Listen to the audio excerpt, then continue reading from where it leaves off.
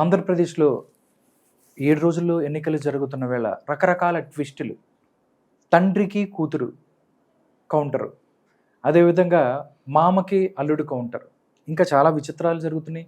ఎవరో ఒక ఆవిడ, ఎవరో యాంకర్ వచ్చి ఏదో ముసలి నక్క కథ, రకరకాల కథలు రకరకాల విచిత్రమైనటువంటి సంఘటనలు మనం చూస్తున్నామండి. నిజంగా ఏం చెప్పారు సార్ వీటి గురించి? షర్మిల గారు అర్థం పంపించడం అన్నయ్య మీద, ముద్రగడ పద్మనాభం గారు అమ్మాయి గారు, మీరు డైరెక్ట్గా చెప్పండి, ఎందుకు మొహమాటాలు ఎందుకు? ముద్రగడ మా పద్మనాభం గారు అమ్మాయి గారితో మాట్లాడించడం, లేకపోతే వారు మాట్లాడటం, అలాగే అంబటి రాంబాబు గారి అల్లుడు గారితో ఒక నీచుడు అని ఏదో మాట్లాడతాం, మా మామ నీచుడు ఏదో మాట్లాడారు. అలాగే శ్యామల గారు వచ్చి ముసలి నక్క స్టోరీ, ముసలి సింహం గుంట నక్క అనే స్టోరీ వారు చెప్పటం. తర్వాత షర్మిల గారు అయితే చెప్పక్కర్లేదు, రోజు నేను పొద్దున్న సాయంత్రం వరకు ఆవిడ వాళ్ళ అన్నయ్య గారి మీద దండయాత్ర చేయటం, ఇదే కార్యక్రమాలు. వారు నేనేం తప్పట్టను. ఇది ఏం జరుగుతుందండి రాష్ట్రంలో? ఏం జరుగుతుంది? కుటుంబాల విషయాలు తీసుకొచ్చి రోడ్ల మీద పెడుతున్నారు. వాళ్ళ అభిప్రాయం చెప్పుకునే హక్కు ఉంది, కానీ ఇవాళ షర్మిల గారు మాట్లాడతా సాక్షిలో వాటా ఉంది, 2 పార్టీలు కూడా సాక్షిలో వాటా ఉంది. ఇంకోటి, జనాలకు ఏంటి సంబంధం అండి? ఓ పక్కన తెలుగుదేశం పార్టీ స్పష్టంగా చెప్తుంది, సాక్షిలో అంతా దొంగల కంపెనీ, అది అడ్డంగా సంపాదించాడు రాజశేఖర రెడ్డి గారు వీళ్ళని చెప్తా ఉన్నారండి. మళ్ళీ షర్మిల గారికి ఎవరు మద్దతు ఇస్తున్నారు? నిజంగా బాగా మాట్లాడి 24 గంటల టీవీలో ఎవరు చూపిస్తున్నారు? నాకు ఎలా ఉందంటే అండి, వాళ్ళ సమస్యల మీద డైవర్షన్ ఉంది. వాళ్ళ షర్మిల గారిని నేను ఏమన్నా, ఎందుకంటే గట్టిగా అక్కడ 3 ఏళ్ళ తెలంగాణ వైఎస్ఆర్ తెలంగాణ పార్టీ అధ్యక్షురాలుగా చాలా గట్టిగా పోరాటం చేశారు తెలంగాణ కోసం. ఆడపిల్ల అన్నారు, అలా ఆంధ్రాకి నాకు పక్క రాష్ట్రానికి సంబంధం ఏంటి, అసలు నాకు దానికి సంబంధం ఏంటి, ఇక అయిపోయింది పెళ్ళైపు మాకు సంబంధం లేదని చెప్పి చాలా స్పష్టంగా ఒకసారి కదా 100 సార్లు చెప్పారు. రాజశేఖర బిడ్డనే మాట మీద ఉంటానని కూడా చెప్పారు. అయినా వారు వచ్చే అధికారం ఉంది, తప్పులేదు, ఎవరేమో ఆపుతామండి. రాజశేఖర బిడ్డగా మళ్ళీ ఇక్కడ మొదలుపెట్టారు, సంతోషం, ఐఎమ్ నాట్ డినైయింగ్ దట్. కానీ ప్రత్యేక హోదా విభజన హామీల మీద చిత్తశుద్ధి కనపట్లేదు. అందరితో కలిపి పోరాటం చేయాలని ఆనాటి శైలజనాథ్ గారు, అంతకుముందు గట్టిగా చేసిన రఘువీరెడ్డి గారు కానీ డాక్టర్ గారు కానీ ఆ విధంగా చిత్తశుద్ధి ఏమాత్రం కనపడలేదు. డైలాగులు మాత్రమే బాగా వస్తున్నాయి, కలిపి చేయాలని చిత్తశుద్ధి లేదు. పైగా ఉద్యమాన్ని పక్కన పెట్టాలనే నేను ఆరోపిస్తానని ఏంటో వారికి మరి వారి దృష్టికి వచ్చింది లేదు. డెఫినెట్గా నేను ఖచ్చితంగా ఆధారాలు కూడా ఇస్తాను. ఏం చేస్తారు మేము ఎప్పుడు ప్రకటించి ఉమ్మడిగా, ఎప్పుడు ఢిల్లీలో ఏం చేశారో. కనీసం విశాఖ ఉక్కు కర్మాగారం కార్మికులు 100,000 మంది అక్కడ వచ్చేస్తుంటే, మేము ఢిల్లీలో ధర్నా చేస్తుంటే 8వ తారీఖున, క్రితం నెల 8వ తారీఖున చేస్తుంటే, ఒక్క మనిషిని కాంగ్రెస్ నుంచి ఇన్ని రాశానండి. ఇంతమందితో మాట్లాడాను, అందరితో 5గురితో కంటిన్యూస్గా మాట్లాడాను.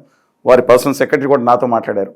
ఒక్క మనిషి ఒక కాంగ్రెస్ పార్టీని ఒక ఆఫీస్ బేరర్ని కాదు, కనీసం ఒక మనిషిని కూడా పంపించలేదు. ఏవి చేసినా ఆవిడే చేయాలని. సరే, వారిష్టం, నేను ఐమ్ నాట్ డినైయింగ్ దట్. అసలు సమస్యలు మర్చిపోయి ఏంటండి ఈ గొడవలో? వ్యక్తిగతాలు కావాలా? మాట్లాడితే ఒకరు సైకో, ఒకళ్ళు శాడిస్టు, ఒకళ్ళేమో 4 పెళ్ళాళ్ళు. ఇదే పని అండి, పని పాటలు ఇదేళ్ళకి. దాని చుట్టూ మనం తిరగాలనా? వాళ్ళు అక్కడ బెంచ్ చేస్తారు, బెంచ్ చుట్టూ మీరు చుట్టుకుని బెంచీలు ఆట ఆడుకుని కూర్చుందామా? ఆల్రెడీ ఢిల్లీకి తీసుకెళ్లి ఆత్మగౌరవాన్ని వాళ్ళు ఆ పాఠశాల దగ్గర తాకట్టు పెట్టారు కదా, అది సరిపోలేదు వీళ్ళకి.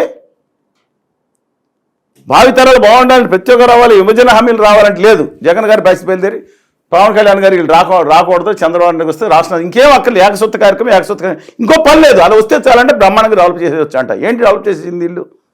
ఇక ఈ తెలుగుదేశం బ్యాచ్లో ఉన్న మిగతా బ్యాచ్ బయలుదేరి ఇక జగన్మోహన్ రెడ్డి గారు రాకపోతే బ్రహ్మాండంగా ఉంటుంది. ఏదన్నా వీళ్ళు వదిలిపోతే చాలంట. రాష్ట్ర సమస్యలు ఢిల్లీలో తాకట్టు పెట్టేస్తే సరిపోయినట్టు వాళ్ళ కుటుంబాల విషయాలు తీసుకొచ్చి అభిప్రాయాలు వాళ్ళు ప్రకటించుకునే హక్కు ఉంది. నేను అలా చెప్తానండి, వాళ్ళ కుటుంబాల గురించి వాళ్ళు మాట్లాడుకునే హక్కు ఉంది. I'm not denying that. పబ్లిక్లో ఉన్నారు, పాలిటిక్స్లో ఉన్నారు కాబట్టి వాళ్ళు. కానీ రాష్ట్ర సమస్యలు వాళ్ళ చుట్టూ మాట్లాడడం ఎందుకండి? అన్ని చుట్టూ మనకు అవసరమా? రాధాకృష్ణ గారు అనేది ఎస్, మీరు ట్రెండింగ్ సబ్జెక్ట్ అవుతుంది కాబట్టి pointed out right question. Yes right, కానీ నేను అడుగుతున్నా, జనం కూడా అదే చూస్తున్నారు sir. Yes, you are right. ఇవాళ ఒక విషయం జరిగితే, ఒక కుటుంబంలో ఒక విషయం జరిగితే టింగర న్యూస్ ఒకటి వస్తుంది. ఆ న్యూస్ లో అదే 50 సార్లు వేస్తున్నారు. టీఆర్పీ ఇంకా చూస్తున్నారు, ఇంకా జనాలు అలవాటు చేశారు వీళ్ళు. నేను టీవీలు పేర్లు చెప్పను కానీ బాగా అలవాటు. సెన్సేషన్ ఏంటి? సెన్సేషన్ భార్య భర్త కొట్టుకుంటే అది సెన్సేషనా? ఆ దేశంలో ఏ సందేశం పంపిస్తున్నారండి వీళ్ళు? ఇవాళ సమాజంలో ఏం జరిగిందంటే, వీళ్ళు చేసిన దానివల్ల వాళ్ళ ఇంట్లో కంటే పక్కింట్లో ఏం జరుగుతుందో చాలా ఇంట్రెస్ట్ అనమాట. దాంట్లో కదా బిగ్ బాస్ అనేది దిక్కుమాల షో ఒకటి పెట్టారు కదా. అవునండి. అది ఏం జరుగుతుంది, అక్కడ ఏం జరుగుతుందో వాళ్ళ దాంట్లో ఏం జరుగుతుంది, ఆసక్తి మనిషిలో ఇన్స్టింక్ట్ ఉంటుంది, బేసిక్ ఇన్స్టింక్ట్. చూశారు కదా, మీకు మన కరెంట్ పోతే అమెరికా వాడు, చైనా వాడు, ఇండియా వాడు కథ ఉంది కదా. అవును. అమెరికాలో కరెంట్ పోతే ఫస్ట్ నెంబర్కి ఫోన్ చేస్తాడంట. చిన్నవాడు వాళ్ళకి బయట బయలుదేరి వెళ్తాడంట, చూడండి అని ఇంకోటి చోట ఇంకో కంట్రీ జపాన్లో వాళ్ళు పోదంట. ఇండియాలో మాత్రం ముందర పక్కింటి దగ్గర చూస్తాడంట, అక్కడ కరెంట్ పోతే మనం సేఫ్గా ఉందాం పడుకుందా, అడిగి వస్తే మనకు వస్తుందని. జోక్ అండి అది. అలాగా ఇక్కడ వీళ్ళకి ఇంటికంటే పక్కింట్లో ఏం జరుగుతుందో చూసుకుంటానని ఆసక్తి ఎక్కువైపోయింది. ఎవరు కావాలండి వాళ్ళు మూడు ఏమన్నా మిగతా భార్యలు ఏమన్నా కంప్లైంట్ చేశారా? 3 భార్యలు 4 భార్యలు అంటే వాళ్ళు ఏమన్నా వచ్చి బయటకు వచ్చి రోడ్డు మీద పడి కంప్లైంట్ చేశారా? కానీ సెలబ్రిటీ కాబట్టి ఒకసారి ఇదే 24 గంటల పైన ఈయన అంటాం 4 పెళ్ళాలంటాం, 4 పెళ్ళాలి నువ్వేరే ఈయన అంటాం, జనాలు దాని మీద ఇదే స్ట్రోలింగ్ చేయటం, మధ్యలో కామెడీ పీస్లాగా రామ్ వర్మ గారు ఏమో లేడీస్ ఫోటోలు పెట్టేదో చేయటం. ఆ స్థాయికి అవసరం అండి అది. దాని మీద మనం అందరం దిక్కుమాలిన టైం అంతా వేస్ట్ చేసుకున్నాం. మీరు అందరికంటే ప్రజలలో కొంతమంది విరాంభాలను వేస్ట్ చేసుకుంటున్నారు. నేను అడుగుతున్నాను, ఏంటంటే వాళ్ళ కుటుంబాల సమస్యలు ఆడుకుంటే మామగారు ఇష్యూ తెలుసుకోమనండి, లేదా ఇంకోళ్ళు తెలుసుకోమనండి.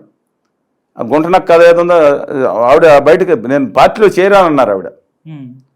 శ్యామల గారు చేరారు, మాట్లాడుకునేది వాళ్ళ విలువలు అవతరాలను తిట్టుకుంటాం. ప్రజా సమస్యలు మాట్లాడుతున్నారు వీళ్ళు, కానీ ప్రజా సమస్యలు మాట్లాడారండి. అమిత్ షా గారు ఒకసారి వస్తారు, చెప్పాను కదండి, ఒకసారి వచ్చి భ్రష్టాచారి ఈ దుర్మార్గమైన చంద్రబాబు ప్రభుత్వం ఈ దుర్మార్గులైన దోసుకు తిన్నాడు అంటారు, మళ్ళీ వచ్చి జగన్ గారిని దోసుకు తిన్నారంటారు, ఇది పవన్ కళ్యాణ్ గారు అంటే పని వాళ్ళందరినీ అన్పాపులర్ చేసి వీళ్ళు రావడం, వీడొక్కడే సచ్చేరుతుంది. ఇలా మోసం చేసింది వాళ్ళే, తోలు బొమ్మలు ఆడిచ్చేది వాళ్ళే. జగన్ గారికి వాళ్ళ మద్దతు లేకుండా ఉంటుందా? ఎలక్షన్ కమిషన్ వాళ్ళు ఇచ్చిన నోటీసు చూశారు. ఎలక్షన్ ఎలాంటిదో నేను ఇప్పుడు ఆరోపణ చేయను, ప్రజలకు తెలుసు. ఎలాంటి కమిటీయో 3 సభ్యులను ఎలా వేసారో అందరికీ తెలుసు. ఆ కమిషన్ గురించి మాట్లాడుకోవడమే దండగా. తెలుగు జాతి హక్కులకి ఆత్మగౌరవంగా తేడా వస్తే తప్పులు మాట్లాడరు.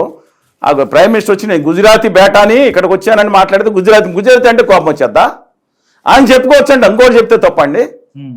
అందువల్ల నేను ఒకటి చెప్తాను, సమస్యల మీద కేంద్రీకరిద్దాం. దిక్కుమాలని ఈ బ్యాచ్లు ఎలాగో తయారవుతారు, వ్యక్తిగత ఆరోపణలు, వ్యక్తిగత దోషంలో శాడిస్టులు అనుకుని సైకోండి, దాని మీద చక్రం తిప్పకుండా కనీసం సోషల్ మీడియాలో గురుతరమైన బాధ్యత ఏదైతే మనం చేయగలుగుతున్నాం, మన శక్తి కొంచెం 1% చూసినా 2% చూసినా సమాజం కోసం ప్రజా సమస్యలు, రైతుల సమస్యలు.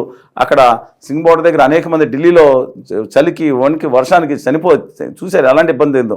ఆంధ్రప్రదేశ్ నుంచి ఘనత వహించిన టైగర్లు, సింహాలు, పులులు, గర్జించే సింహాలు, గేంకరించే ఏనుగులు, ఇవన్నీ ఢిల్లీలో ఒక్కళ్ళని పలకరించినాయా? మళ్ళంటే లేదు, వేరే సంగతి. 100 ట్రాక్టర్లతో విజయవాడలో ఆ రైతుల గురించి మత్తపేస్తున్నట్టు ఈ సింహాలు, ఏనుగులు, అలుగుబంట్లు ఏమైపోయినాయండి? ఇంట్లో దాక్కున్నాయా? రైతులు చనిపోతే లేకపోతే ఇబ్బందులు జరుగుతున్నా ఒక్కళ్ళు మాట్లాడలేదు. మాట్లాడితే అవతరాన్ని తిడతానికి పరిమితం అవుతారు వీళ్ళు. ఎస్, నాలాంటి వాళ్ళ వాదనం ఇవాళ రాష్ట్రంలో మైనరే, ప్రతి గుండెల్లో ఉందో వాళ్ళకు కూడా ఈ సమస్య తొలగిపోయిన తర్వాత నా మాట వింటారు.